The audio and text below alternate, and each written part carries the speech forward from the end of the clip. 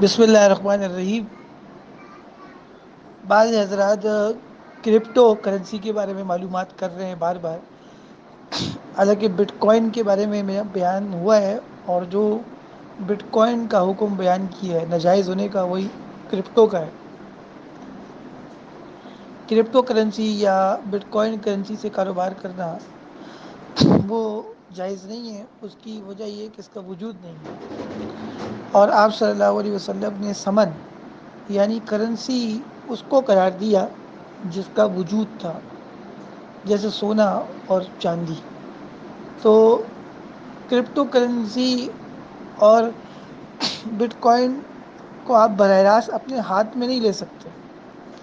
یہ ڈالر میں کنورٹ ہوتے ہیں، اور ڈالر کو کنورٹ کیا جاتا ہے کرپٹو میں، اور کیا نام ہے، بٹ کوائن میں، اور اس کے بعد اس سے کاروبار ہوتا ہے، اور پھر جب نفع بھی آتا ہے تو آپ براہ راست کرپٹو یا بٹ کوائن کی شکل میں اس کو حاصل نہیں کر سکتے، بلکہ دوبارہ کنورٹ ہوتے ہیں اور پھر آپ لیتے ہیں۔ تو جب تک کرپٹو اور بٹ کوائن کا وجود نہیں ہو جائے گا، اس وقت تک ان سے کاروبار کرنا جائز نہیں ہوگا۔ جس دن کرپٹو کرنسی اور بٹ کوائن کرنسی کا وجود پاکستانی کرنسی یا دنیا کی کسی بھی کرنسی کی طرح ہوگا کہ ہم اس کو اپنے ہاتھ میں لے سکتے ہیں، تو پھر جائز ہو جائے گا، اور جب تک ایسا نہیں ہے تو جائز نہیں ہے۔ جیسے ہم پاکستانی کرنسی اپنے اے ٹی ایم کارڈ سے نکال سکتے ہیں، یا دنیا کی کوئی بھی کرنسی نکال سکتے ہیں اے ٹی ایم کارڈ سے کسی بھی، اور چیک بک سے ہم کرنسی نکال سکتے ہیں۔ کرپٹو اور بٹ کوائن ہم نہیں نکال سکتے، وہ صرف ہم ڈیٹا دیکھ سکتے ہیں اسکرین پر۔ نکالنا ہوگا تو ڈالر میں کیا کرنا ہوگا، کنورٹ کرنا ہوگا۔ تو اس سے پتہ لگا کہ اس کا اپنا ذاتی کوئی وجود نہیں ہے۔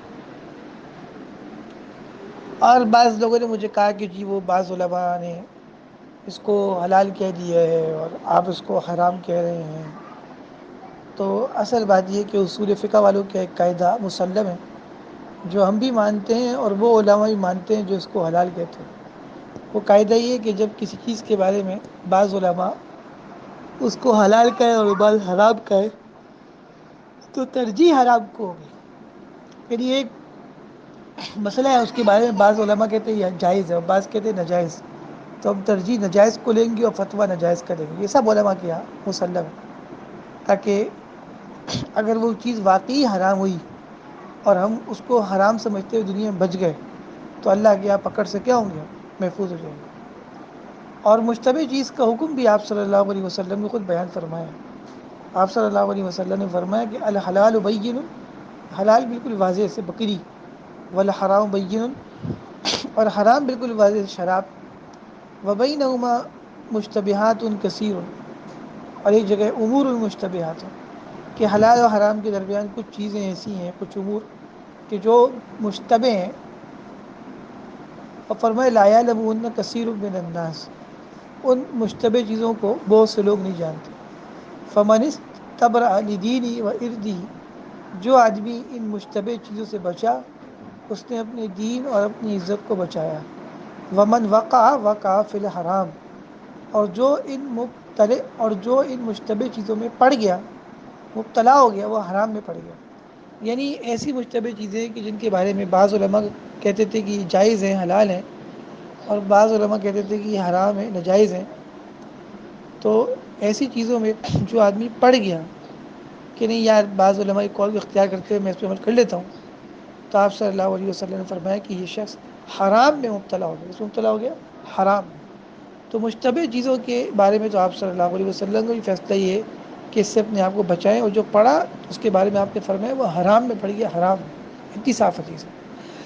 تو جب تک بٹ کوائن کا اور کرپٹو کا یا اس جیسی جتنی کرنسیاں ہیں یا آئیں گی، جب تک ان کا باقاعدہ وجود نہیں ہو جائے گا، اس وقت تک یہ جائز نہیں ہوگی۔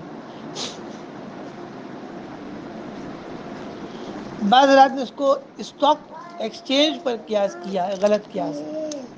دیکھیں، شیئرز کا جو آپ بزنس کرتے ہیں یا اسٹاک ایکسچینج کا، آپ دنیا کی کسی بھی کرنسی میں کرتے ہیں، پھر جب پروفٹ ہوتا ہے یا لاس ہوتا ہے تو آپ اس کو نکال سکتے ہیں، آپ نکال سکتے ہیں۔ یعنی وہ صرف اسکرین یا ڈیٹا کی حد تک نہیں ہے، بلکہ آپ اس کو کیش کرا سکتے ہیں۔ لیکن بٹ کوائن اور کرپٹو میں ایسا نہیں ہے، اس کا وجود ہی نہیں ہے۔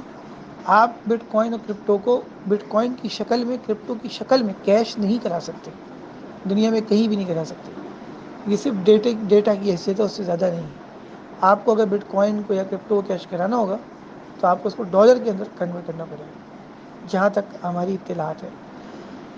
تو اس سے بچے اور اپنے آپ کو حرام میں پڑنے سے بچائیں۔ حلال کھائیں گے، اللہ عبادات قبول فرمائیں گے اور نیکیوں کی توفیق نصیب